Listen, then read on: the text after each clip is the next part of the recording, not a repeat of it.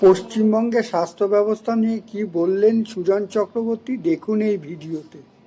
ভুল ওষুধে তাদের যে স্যালাইন দেওয়া হলো, সেই স্যালাইনে ক্ষতি হলো, অসুস্থ হলো, ভেন্টিলেশনে দিতে হলো, আইসিইউতে গিয়ে ভেন্টিলেশনে দিতে হলো, একজন মারাও গেলেন।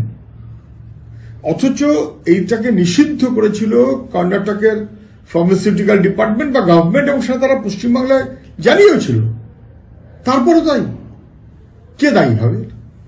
স্বাস্থ্যমন্ত্রী, স্বাস্থ্য সচিব, কারা দায়ী? কারা কম পয়সায় লুট করার মতন করে ওষুধ কেনেন, স্যালাইন কেনেন? সরকারের কোন দপ্তর, কোন অফিসার, কে মন্ত্রী? এই মৃত্যুর দায় কার হবে? গোটা সরকারি স্বাস্থ্য ব্যবস্থাকে লাটে তুলে দেওয়া হচ্ছে, আর সরকারের ব্যবস্থাপনা নিয়ে সেবাশ্রয় হচ্ছে ব্যক্তির ইমেজ বাড়াবার জন্য, ভাইপোর ইমেজ বাড়াবার জন্য।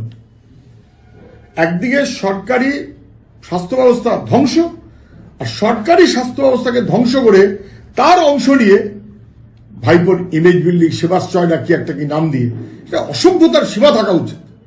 ছাবলামো হয়ে যাচ্ছে, বাংলার মানুষকে নিয়ে ছাবলামি করছে।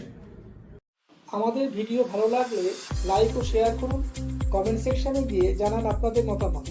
আরও ভিডিও পেতে চ্যানেলকে সাবস্ক্রাইব করুন। প্রতি মুহূর্তে খবরের আপডেট পেতে প্রেস করুন বেল আইকন।